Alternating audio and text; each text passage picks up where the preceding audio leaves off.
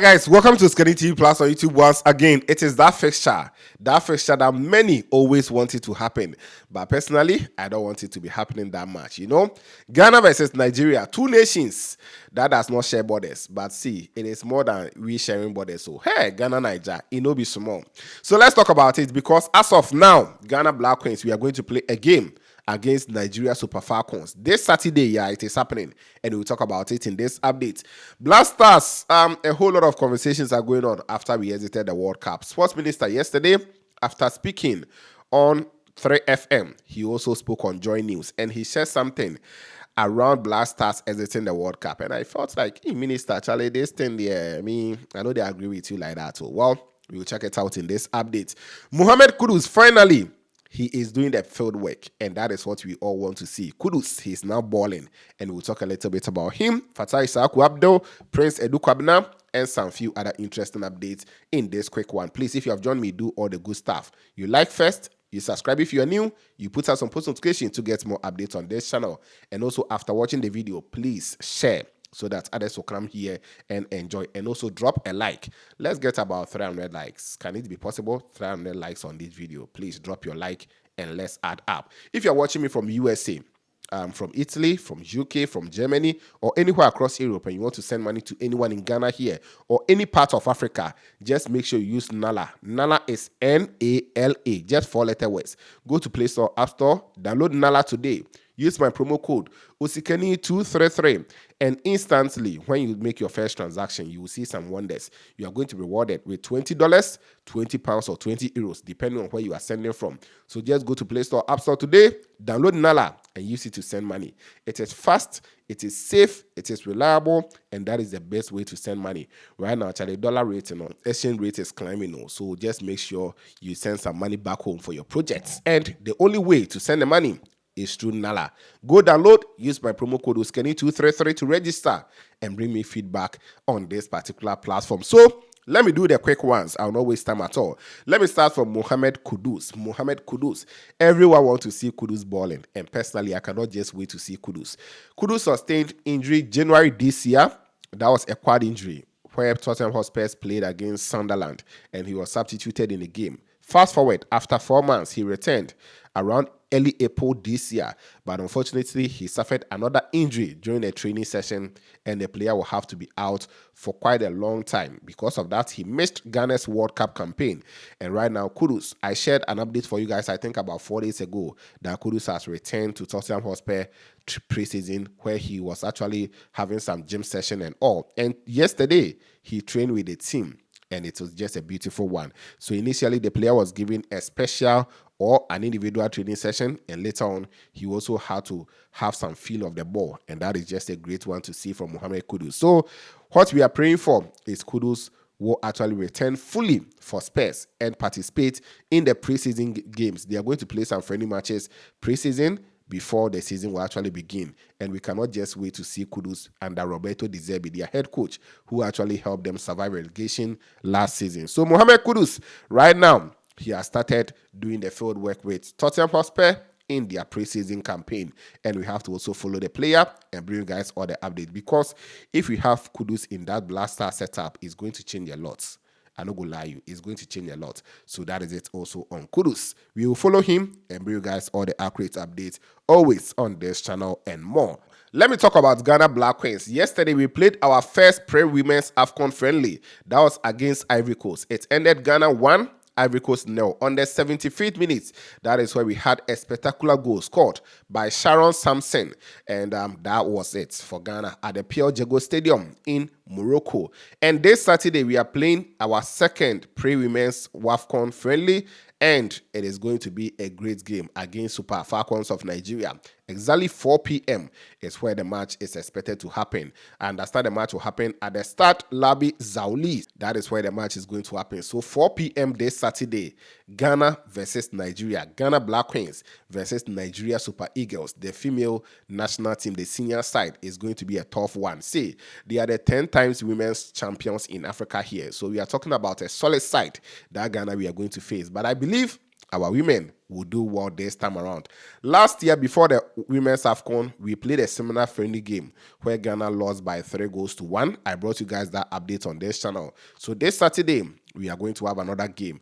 And last time that we played against them, we went all the way to finish third in the Women's AFCON. So I believe this time around, if we play against them and get a very good result, we are still going so far in the tournament. No matter the results, let me put it that way, we are still going so far in this particular AFCON tournament. You know, Nigeria have a decent squad. The likes of goalkeeper Nadozi, they also have Ajibade, they have Oshola is still in there. I think they have some very, very decent players. But Ghana Black Queens, we also have the team. You know, start from our goalkeeper, Cynthia Findip, we have Comfort Yebo Adams, we have Susanna Medua, we have our captain.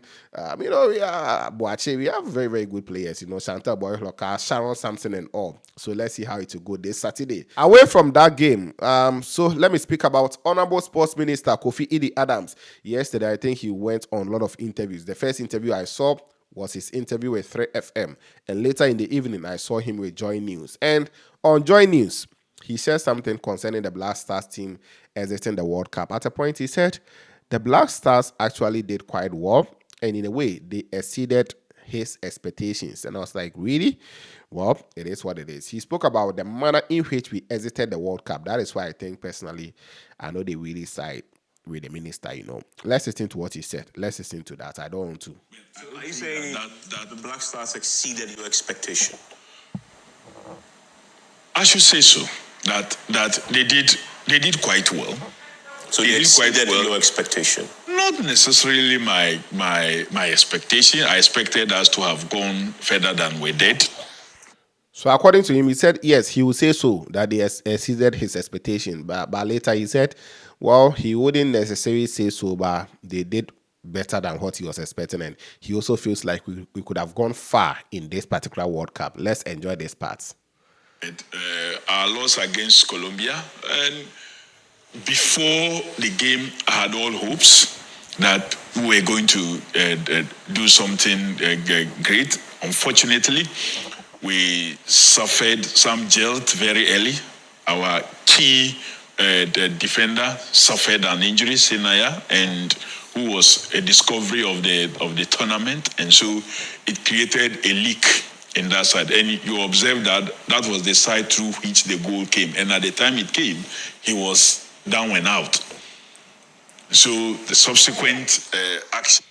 Well, I understand the minister trying to always justify the fact that Ghana we lost from injuries, but I think at a point, honorable, we had 11 players on the field. You get it. So I understand that Marvin Sanaya was very good for us. In fact, arguably one of the best players we had in this World Cup. But always to make case for the team or to try to justify why we lost because we didn't have Sanaya on the field, I think it should be far from that because we didn't actually score in the game. You get it. So, well, it is what it is. Let's listen to this part as well. Very, very important. That were taken still didn't help us.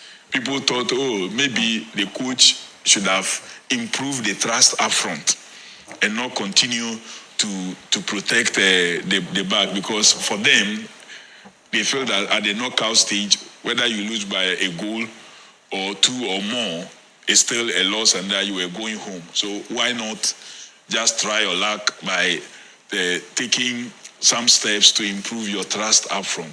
Well, they may be right.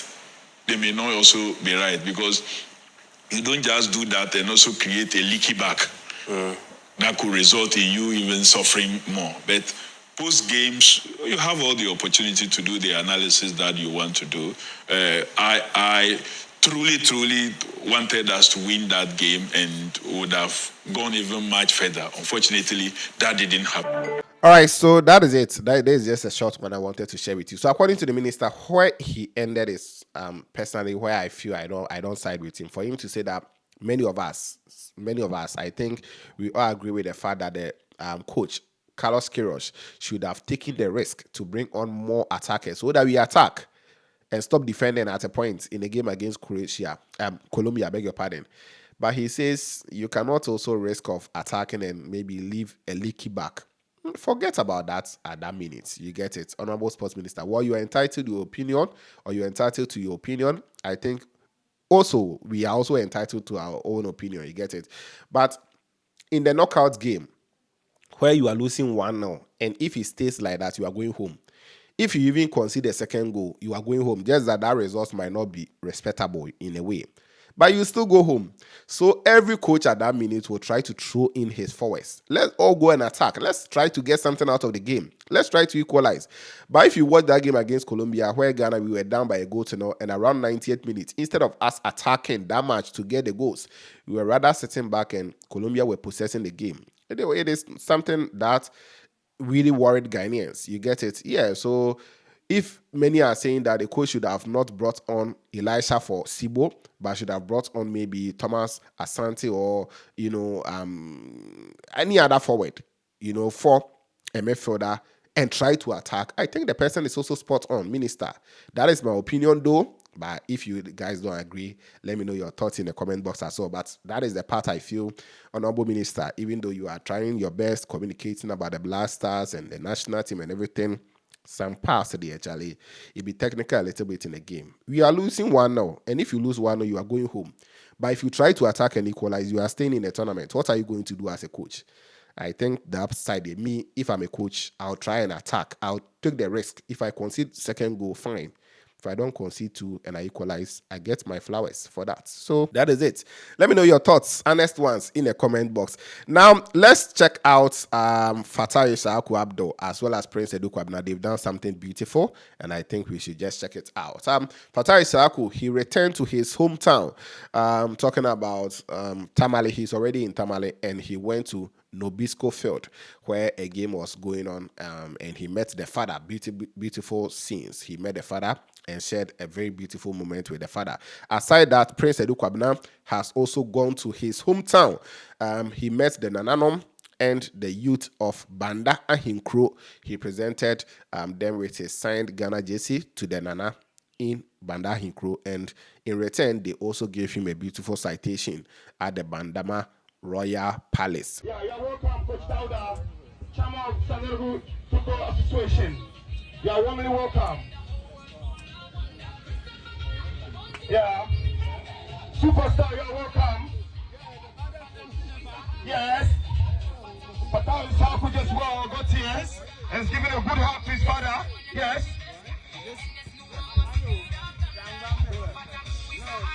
All right, Lola Kamza Sakaipe, Samuel Tingela Nimba Shabaya Namar Habitana, Nobisco Pakapune, Abdel Fatawu Isaku, and Tatano Onyangama.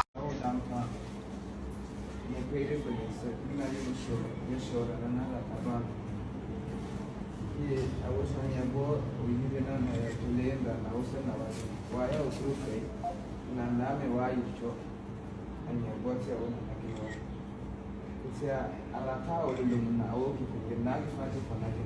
This is happening rana akipa world footballers. Rana akipo yesho biasi na kwa naki stage na mimi. Mufe disi. Wano wa banga ki. Because na me before I book at Amise. Kikigapa 34 million people per Ghana now. I'm being part of it here. I'm disagreeing. I'm making no color your crime, singer, so the same you. And your woman, it's a keep on that kid. This in a name, me. It's a blaster player or bar signing. And you know, match up on like me and that. Then a Nigel to a bar, Kenya. Rangami kini yeso pa na tapa na ne ina kie na pe animonyam se na pe benunu mutanu pro rangana pipa itanga sana chame ben be shani nyam ki disinga means a blaster player ba sign kina ki sha disinga na the first world cup Panama game itia kini yeso pa Nenga sana apa nak ni kesana ki kesho kita nak capa na nenga kebisa